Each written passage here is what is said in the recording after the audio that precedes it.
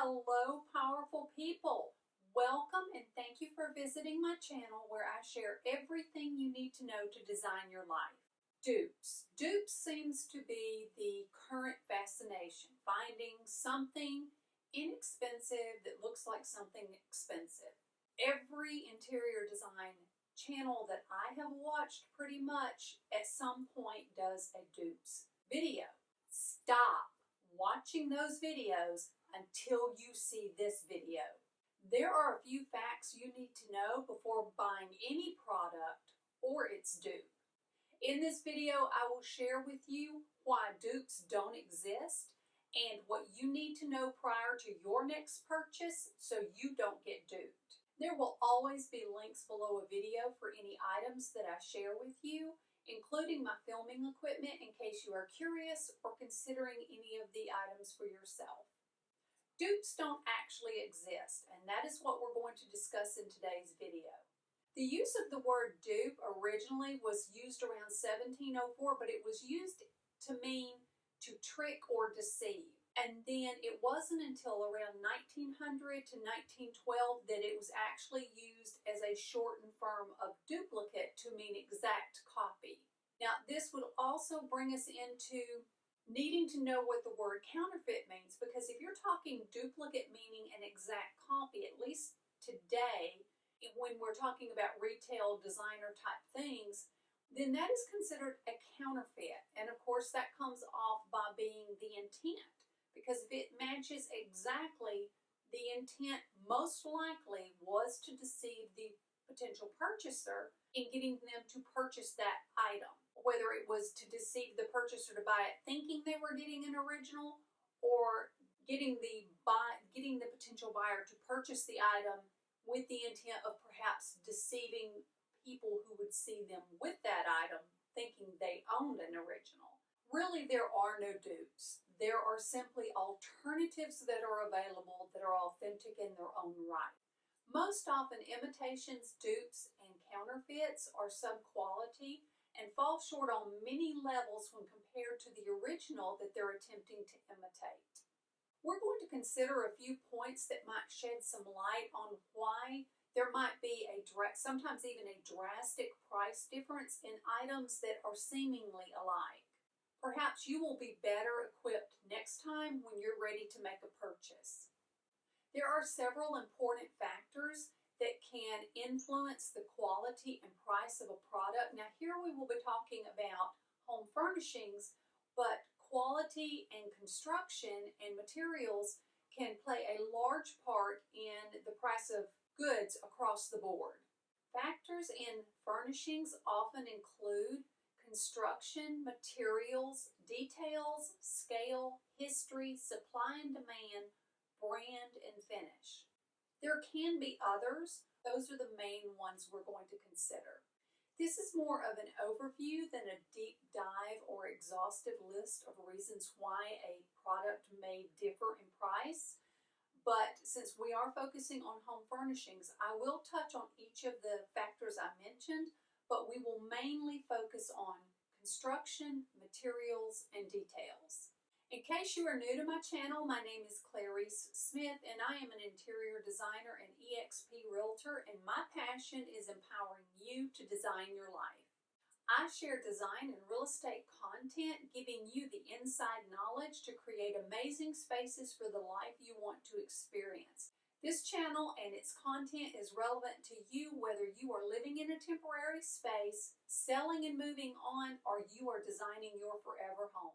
The first factor to consider would be brand. We're all familiar with this. You can have the similar items, and depending on which brand it is, it affects the price. For example, if you or I design a home furnishing or say even a decorative cushion, it's going to be priced different than if Kelly Hoppa or Kelly Wearstler were to design that same cushion. So brand can have a huge effect on the retail asking price, and it's not always tied to the quality of the item, but rather the prestige of having that particular brand.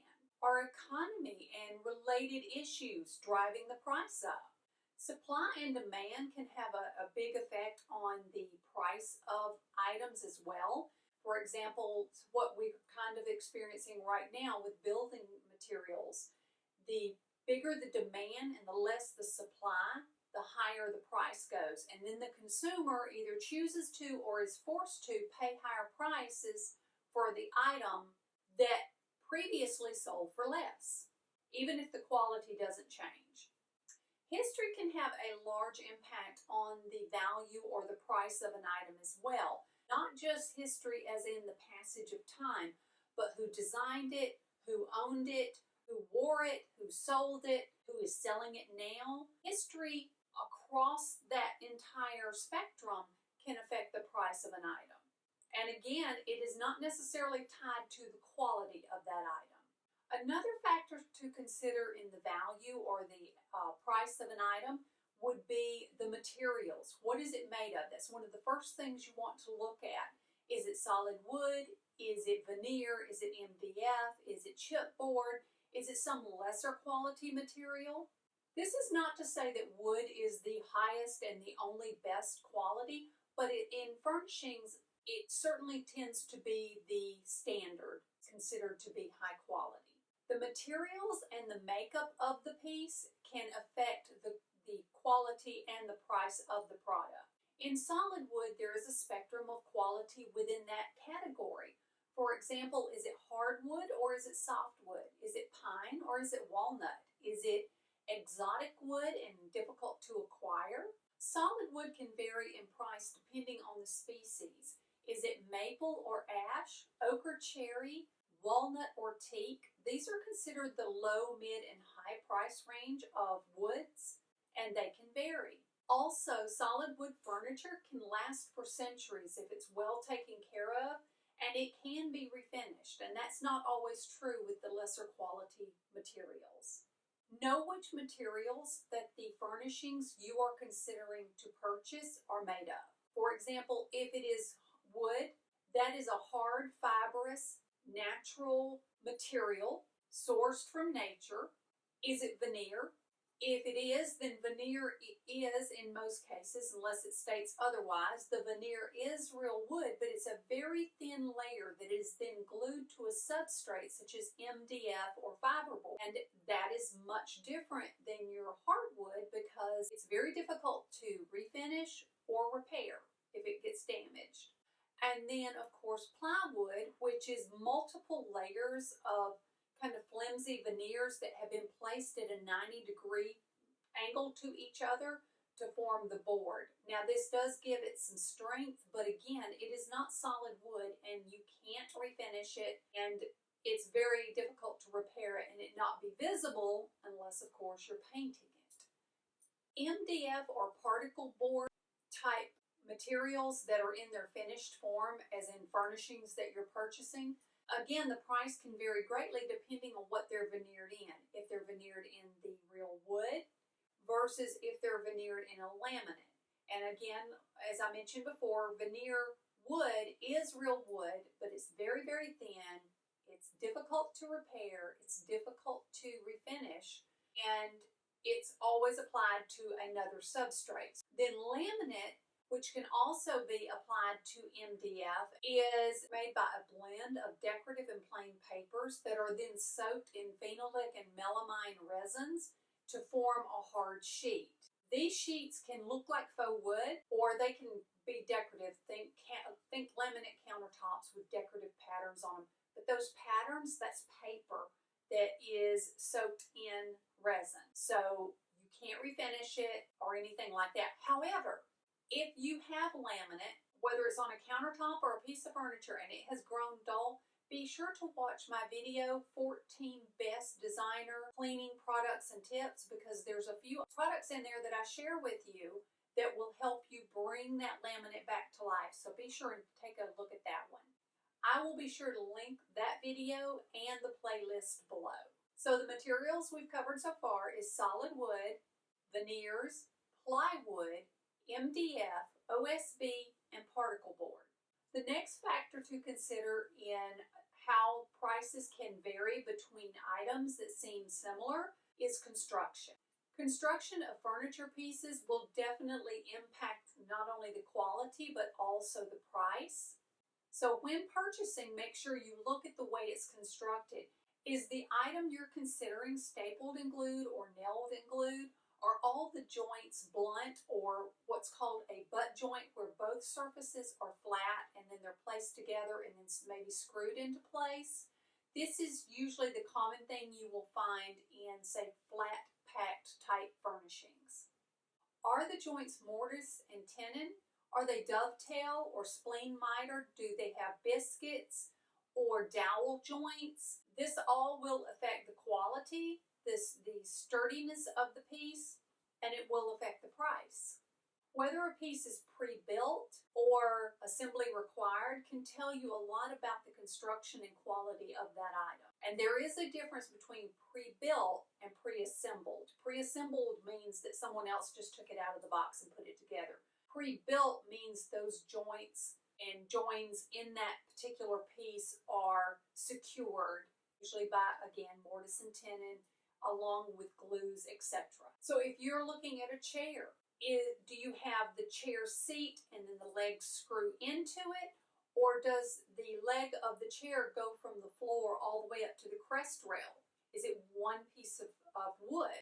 And are the joints mortise and tenon? So that will tell you a difference in quality there. If you took it out of a box and you're screwing the legs on and all four of them are individual legs, then the structure and the stability of that chair is not going to be the same quality as one that, again, has the leg that goes all the way up to the crest rail that has mortise and tenon rather than just screws holding it together.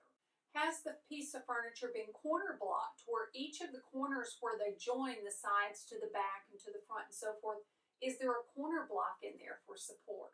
Because that keeps it from torquing and loosening. Another factor that can affect the price of an item is how many pieces go into making that item up. For example, if you have a dining room table, it may have 12 pieces and a dining room chair could have 30, 35 pieces, and all those pieces have to be cut and shaped, sanded, finished, and so on. So when you're looking at a chair and that chair is $250, that's actually a very low price chair. Detail is another factor that can play a large role in the cost of furnishings.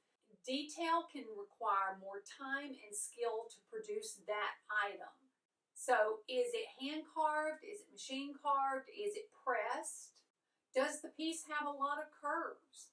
What about the hardware and the upholstery and the stuffing and the covering and the details such as piping and tufting and so on, and it just goes on and on and on. So the more detail you add to a piece, the more that can impact the cost of producing that item and its overall quality. Scale. Now, scale can be the overall piece, or it can be components within the piece.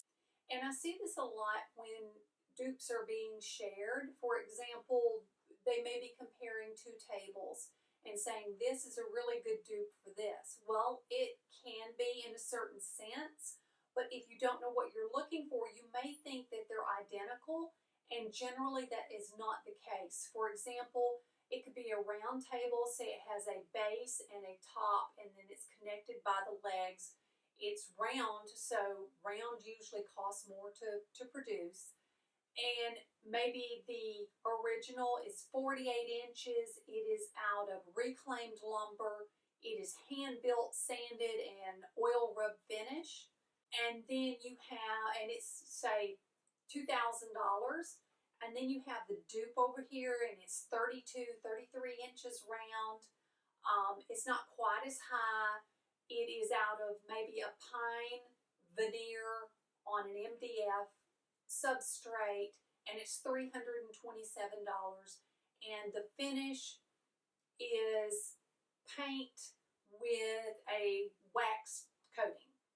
And to the eye, they look similar, but the sizes are different, the quality is different, the materials are different, the finishes are different. Everything about these two pieces are completely different, including the scale. So when you think you're getting this item over here and you bring it into your space, it's going to feel different, look different, and have a different quality than this smaller piece. It's not going to give you the same impact. So therefore, when there's a difference in the scale like that and in overall quality of a piece, then you would expect to see a difference also reflected in the price. Okay, the next factor we would consider in what could affect the overall price and quality of items that you might be comparing as dupes is finish. The final finish. Is it leather or is it pleather, which is plastic leather? Is it sprayed poly or varnish, or is it a hand-rubbed stain or oil? Finish would also include your upholsteries. Is it canvas, twill, silk, wool? If you have your heart set on a silk chair or a silk cushion, and the dupe that you're looking at is a poly blend and you get that, it's not the same thing, and that should be reflected in the price.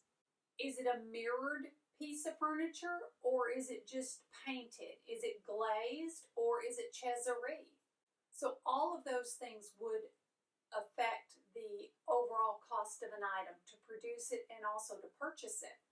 If your heart is set on a gilded mirror and the dupe you are looking at is a gold paint, these are going to be two completely different items, not only in price and quality, but also in longevity.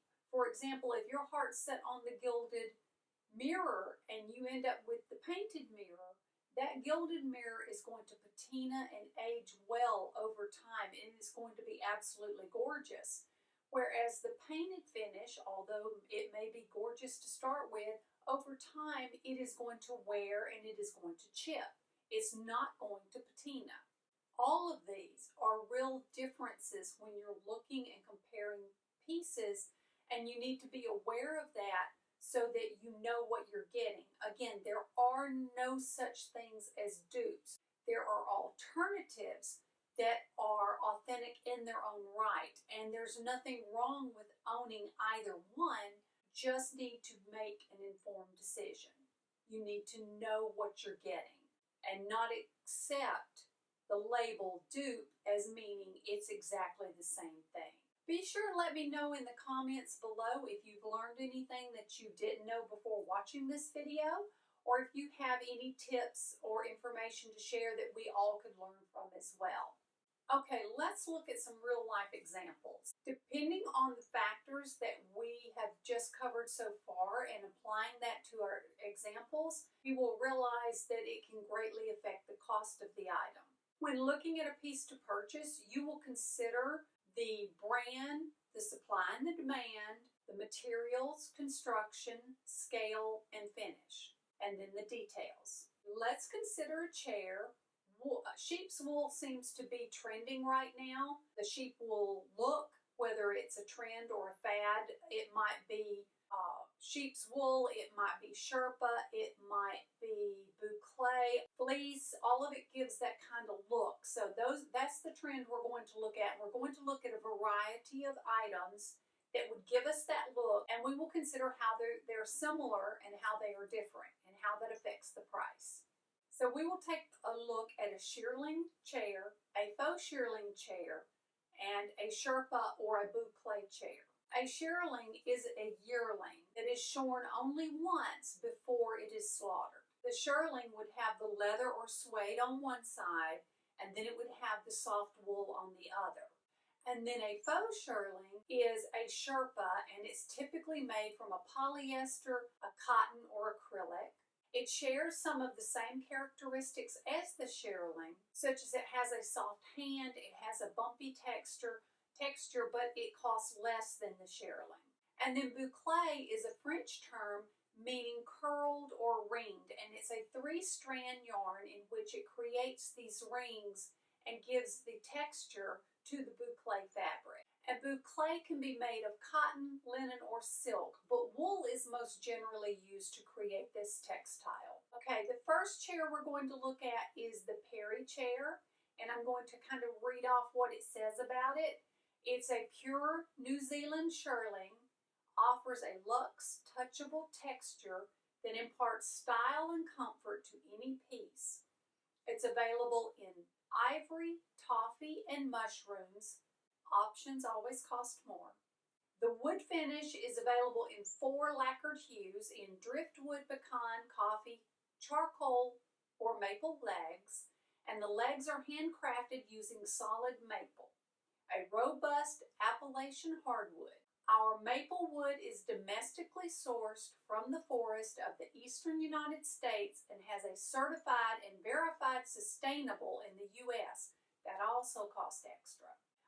The frame, and this is something you want to pay attention to if you're looking at sofas and chairs, etc. You want to pay attention to the frame.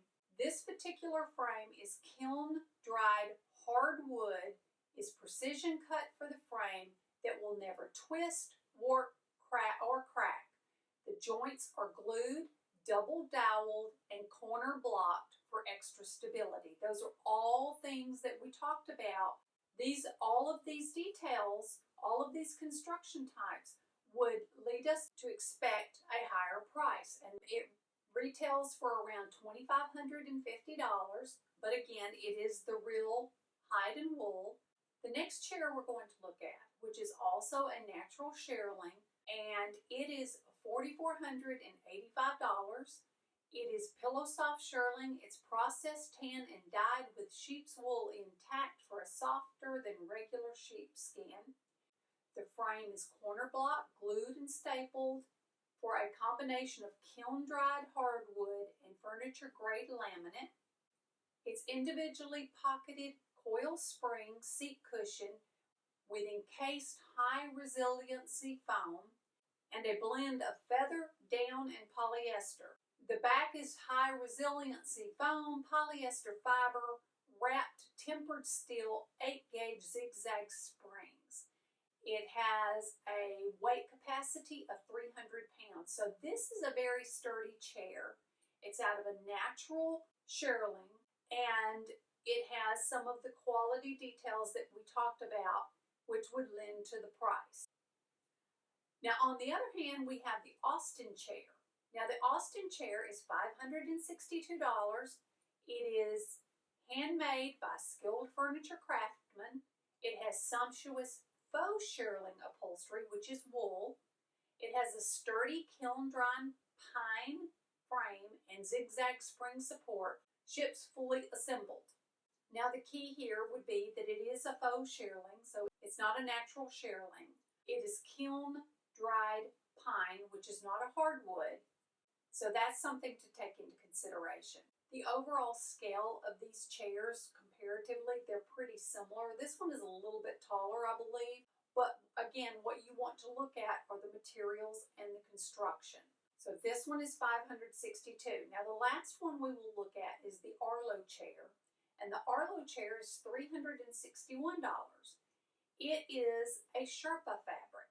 This Sherpa fabric is polyester. It is an accent armchair, so it's not quite as robust as some of the other chairs that we've looked at. It is an accent chair. It has a natural finish wood leg.